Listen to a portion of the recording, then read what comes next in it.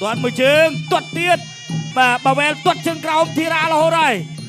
មួយដៃទៅម្ដាយមកដៃពីរដៃរបស់ធីរ៉ាមកដៃវិញអត់ចូលទាត់ជើងក្រោម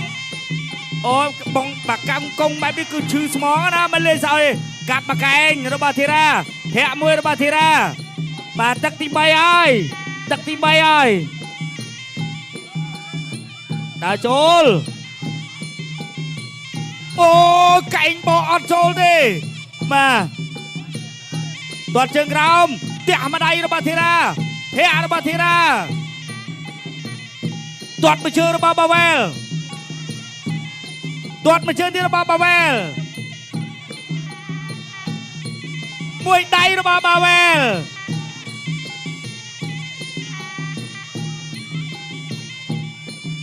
មួយដៃរបស់ធីរ៉ាមួយជើងរបស់បាវែលពីរដៃម្នាក់ម្ដាយអើយ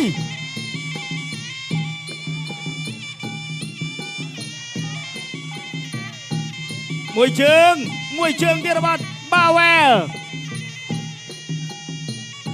ទាត់មួយជើងរបស់បាវែល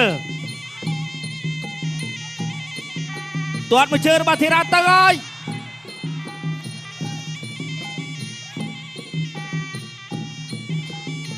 បាទយ៉ាងណាយ៉ាងណីទឹកទី3ក៏ចាប់មួយជើងរបស់បាវែលដើរចូល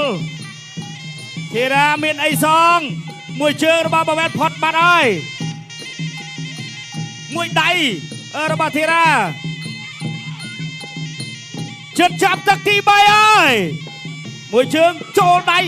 បាទទាត់ជើងក្រោយរបស់បាវែល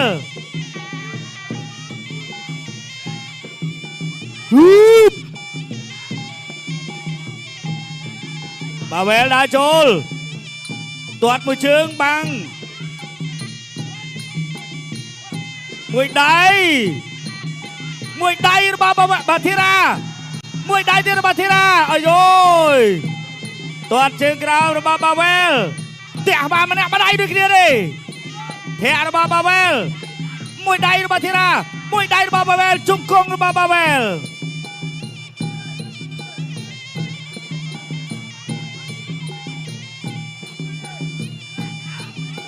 បាទនីតិចុងក្រោយអើយមួយជើងរបស់បាវែលចាប់ទឹកទី3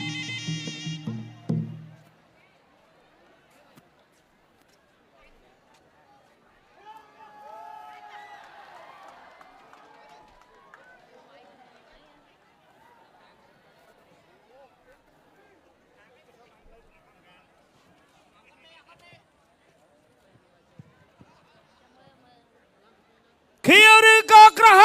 មឬខៀវបើសម្រាប់ខ្ញុំនឹងយកសហើយលោកអញ្ញាកដាខាងណាទីណាក៏គាត់លើកដៃដែរបាទព្រោះយើងយកសអត់ចេះខុសទេដឹងតែត្រូវហើយបាទក្រហមអាចខុសខៀវអាចខុសអត់ទេអត់អាចយកបានទេបាទតែបើស្រាយកសខាងណាក៏គាត់លើកតាបងប្អូនសូមកម្លាំងចិត្តម្ដងទៀតមុនប្រកាសលទ្ធផលបាទអ្នកដែលត្រូវឡើងទៅដណ្ដើមខ្សែក្រវ៉ាត់ 8-man tournament បន្តតើបាទប៉ាវែលឬក៏ធីរ៉ាបា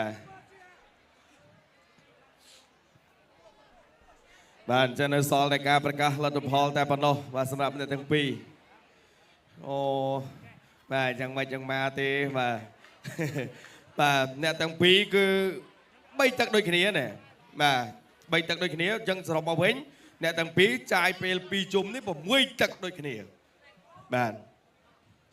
ប្រកោទុនទីជូនដល់គណៈកម្មការបច្ចេកទេសប្រកាសលទ្ធផលជាផ្លូវការចា៎អ្នកខ្ញុំសូមអរគុណបងកុកខៀវប៉ាវែលឈ្នះកីឡាករបងកុកក្រហមដោយពិន្ទុបាទអបអរសាទរកីឡាករបងគុលខៀវប៉ាវែលគ្រីស្តាណូវី